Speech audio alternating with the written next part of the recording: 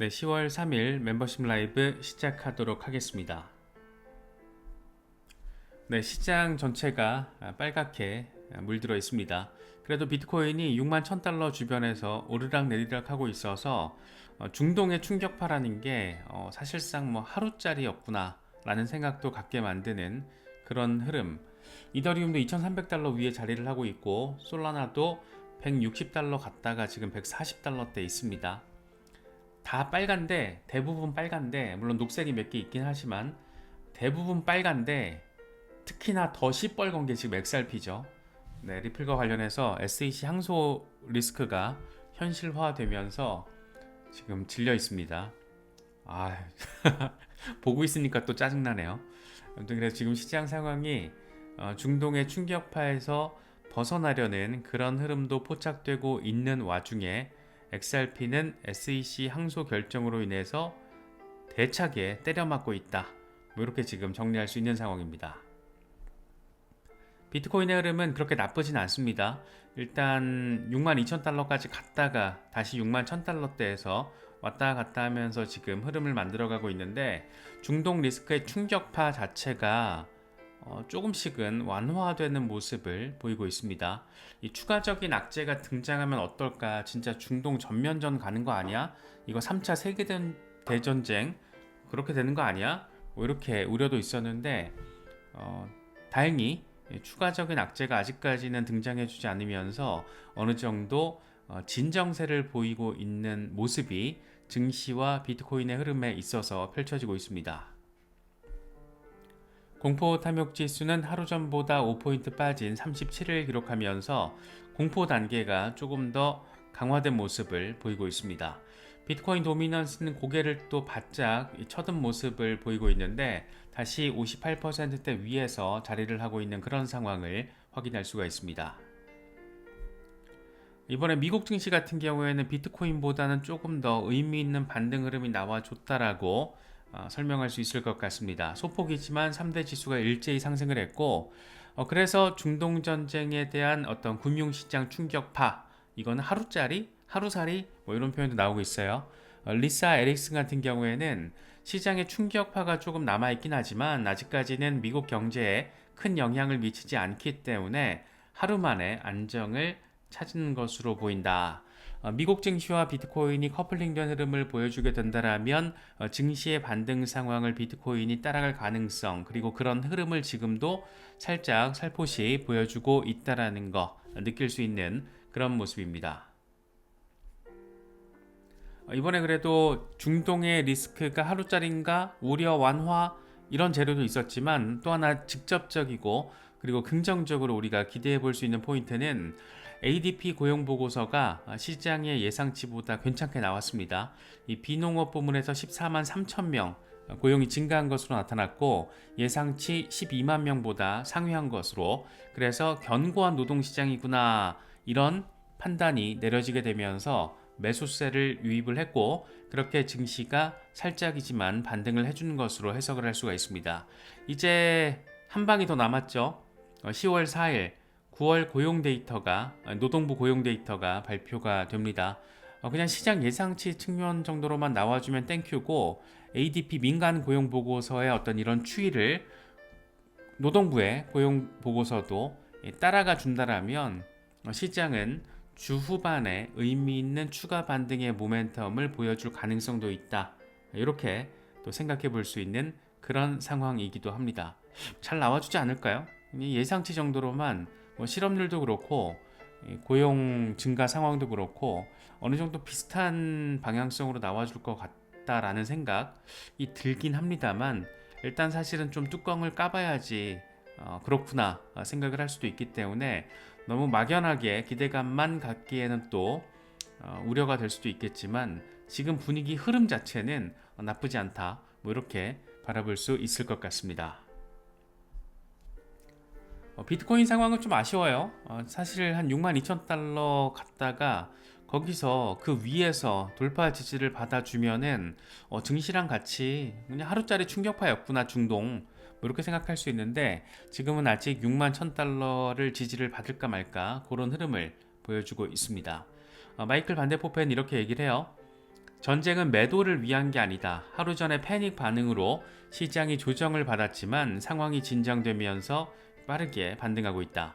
유동성이 엄청 공급되고 법정화폐가 평가절하되는 그런 상황을 큰 그림으로 빅픽처로 바라보면 지금은 굉장히 긍정적으로 바라볼 수 있는 상황이다. 사실 제가 표현을 해석을 조금 완화시켜서 했어요. 그 원문 표현은 롱 잡기 좋다라는 식으로 표현이 돼 있었거든요. 그래서 지금 상황 자체를 그래도 긍정적으로 바라보고 있다라는 거 느낄 수가 있고, 이 양반 같은 경우에는 비트코인 65,000달러, 66,000달러 며칠 전에 자리하고 있을 때 상황에 따라서 6만 달러 초반 리테스트하고 반등할 수 있다 이런 얘기도 했었거든요. 얼추 중동 이슈가 터지면서 비슷한 흐름으로 이 양반이 예측했던 그런 시나리오대로 지금 나아가는 모습도 확인할 수가 있습니다. 프랭클린 템플턴이 굉장히 재미있는 소식을 더해버렸습니다. 비트코인과 이더리움 크립토 인덱스 ETF 신청서를 제출을 했습니다. SEC에다가 비트코인과 이더리움에 대한 노출을 제공하는 하나의 인덱스 펀드로 결합하겠다라는 게 핵심이고, 뉴욕 멜론 은행이 모니터링을 하고 커스터디는 코인베이스. 장난 없죠. 진짜 이 친구들은 뉴욕 멜론 은행 엄청 비트코인 암호화폐 친화적인 곳이고, 미국에서 가장 오래된 은행이라는 나름의 타이틀, 그래서 최고 가장 오래된 은행 최고 은행이라는 따봉 말고 최고 은행, 지금 이 따봉은 넘버원은 JP모건이고 최고 은행이라는 나름의 타이틀을 가지고 있는 뉴욕 멜론, 그리고 코인베이스가 암호화폐 커스터디를 또 하는 그런 인덱스 ETF 신청서를 제출했다라는 소식. 암호화폐 ETF의 진심이구나라는 점을 느낄 수가 있고, 이렇게 암호화폐 ETF 이 상품의 다양화가 현실화되고 있다라는 거, 이런 부분도 긍정적으로 좀 중장기적으로 바라봤을 때는 긍정적으로 해석할 수 있는 그런 부분이다. 이렇게 정리할 수 있을 것 같습니다. 리플 얘기를 또 해봐야겠죠. 사실 지금 XRP의 흐름도 짜증이 나고, 이걸 이렇게 만든 SEC 항소 결정 더 짜증나게 만들지만, SEC 항소 결정이 내려지기 공식적으로 공개가 되기 몇 시간 전에 SEC의 홈페이지에는 이게 올라왔습니다. 비트와이즈가 무려 XRP 현물 ETF 증권 신고서를 SEC에다가 제출을 한 겁니다. 그러니까 S1 제출을 확인이 돼버린 겁니다. 이 델라웨어주에다가 법인 등록국, 여기에다가 XRP ETF의 기반이 될 수 있는 신탁 설립 문서 제출 직후에 SEC에다가 S1 제출까지 속전속결. 비트와이즈는 진짜 뭘 하겠다라고 지금 굉장히 발빠르게 움직이고 있고, XRP 현물 ETF는 상황에 따라서 정말 내년에 출시될 수도 있겠구나. 그러니까 미국 대선에서 트럼프가 당선되면 내년 출시는 거의 100%로 바라보는 게 맞지 않나, 개인적으로 그런 생각이 들고, 만약에 해리스가 당선된다라면 내년 100%라고 얘기는 할 수는 없겠지만 시간은 조금 더 걸릴 수는 있겠지만 방향성은 이렇게 지금 세팅이 되고, 소송 리스크와 상관없이 기관들은 지금 XRP에 대해서 이런 푸시를 하고 있다는 거, 이건 되게 긍정적인 요인으로 바라볼 수 있겠죠. 이런 긍정적인 상황이 더해졌는데, 그리고 몇 시간 뒤 이 새끼들은 진짜 미친놈들 같습니다. SEC가 리플 소송 항소를 결정했다라는 소식이 외신을 통해서 전해지면서 XRP 커뮤니티를 그냥 싹 다 뒤집어 놨습니다. 항소 데드라인이 10월 7일이었잖아요. 그래서 일주일도 안 남았고 일주일 안에 뭔가 벌어질 수 있다. 항소 결정을 하게 되면 이제 항소 가는 거고, 안 하게 되면 소송 종결, 이렇게 아주 섹시한 상황이 벌어질 수 있다, 이런 얘기들 했었는데 정말 최악의 상황을 선택을 했습니다. SEC가.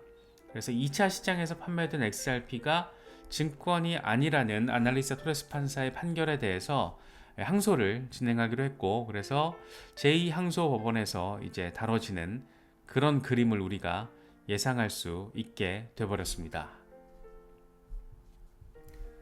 리플 경영진 입장에서는 짜증나죠. 브래드 갈링하우스는 이런 얘기를 합니다. 겐슬러와 SEC가 이성적이었다라면 오래전에 이 사건에서 손을 뗐을 것이다. 투자자들을 보호하지 못하고 오히려 SEC의 신뢰와 명성에 손상을 입혔다. 어찌된 일인지 그들은 여전히 중요한 모든 걸 잃었다라는 메시지를 깨닫지 못하고 있다.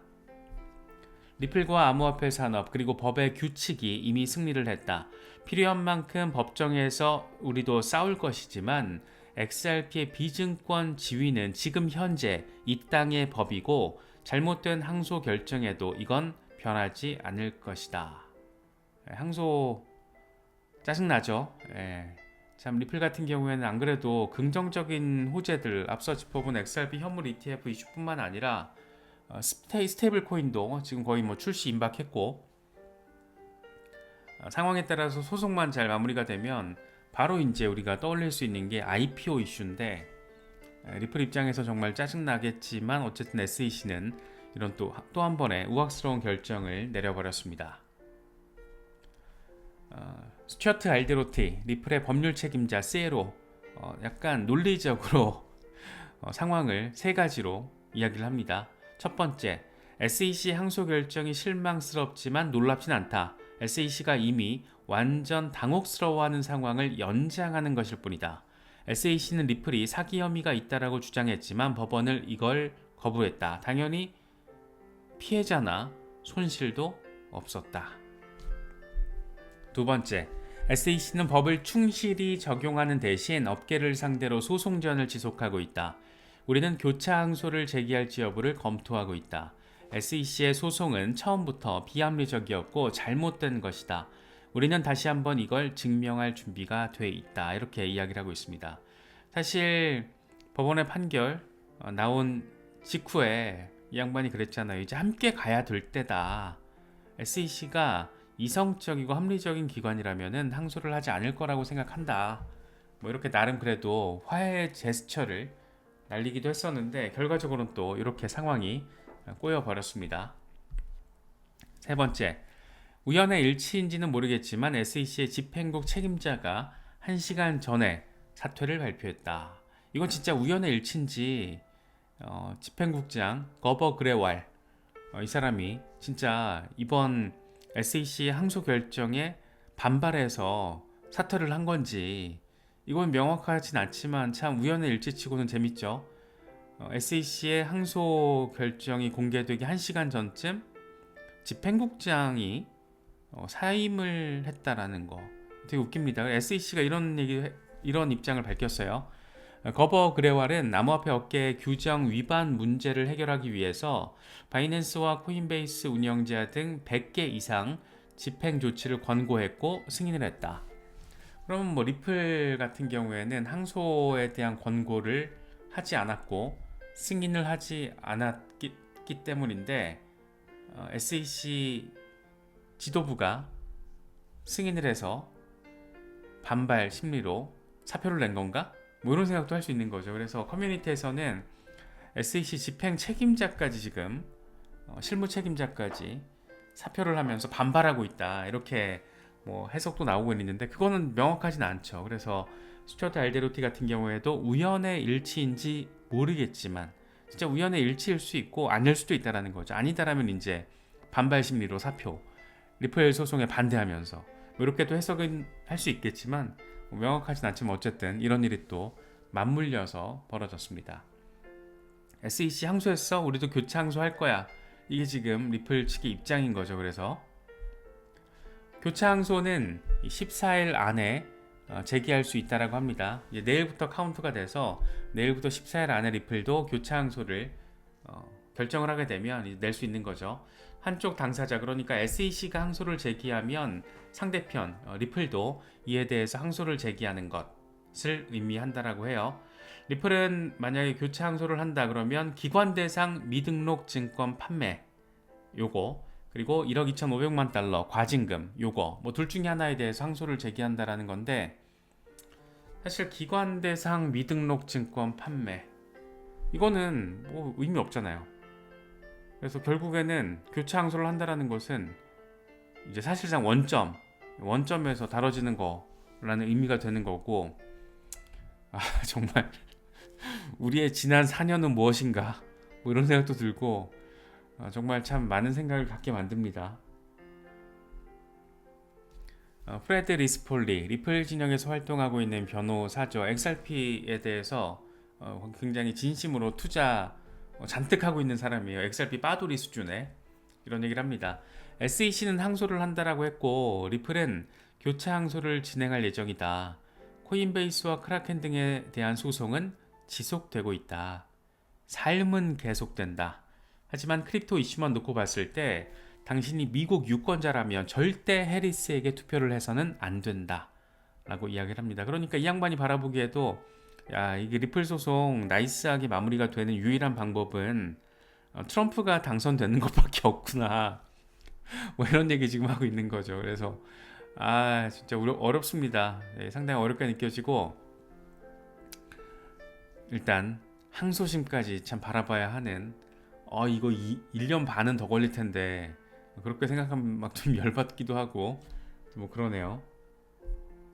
그래서 일단 뭐 SEC라는 미국의 집행규제기관에서 항소를 한다라고 하니까 항소 예상 일정을 타임테이블을 정리를 해보면 일단 12월 2일까지 SEC는 서머리를 제출하게 된다라고 합니다. 그런데 30일 정도 연장 요청을 할 경우에는 이 날짜가 1월 1일이 될 거고 리플은 이제 교차 항소를 하게 되면 14일 안에 교차 항소를 하게 되겠죠.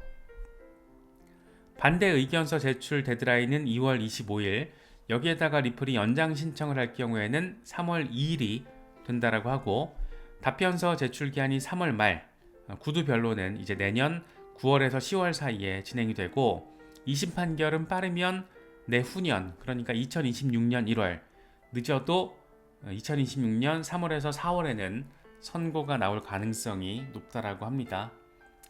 제2순회 지방법원에서 이제 항소심이 열리게 될 가능성이 높고 어렵습니다.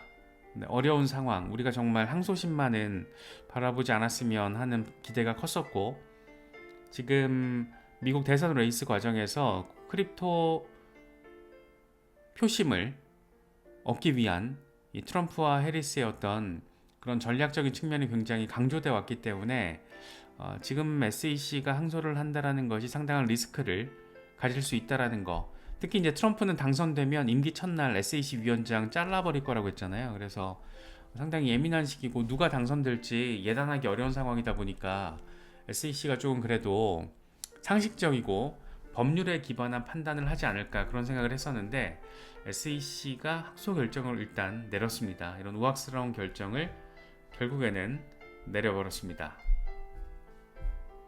그래서 시세는 곤두박질 쳤어요. 딱 빵 하고 지금 10% 이상 하루 사이 떨어졌는데 이게 0.66달러까지 갔다가 0.53달러까지 곤두박질 치는 이런 상황.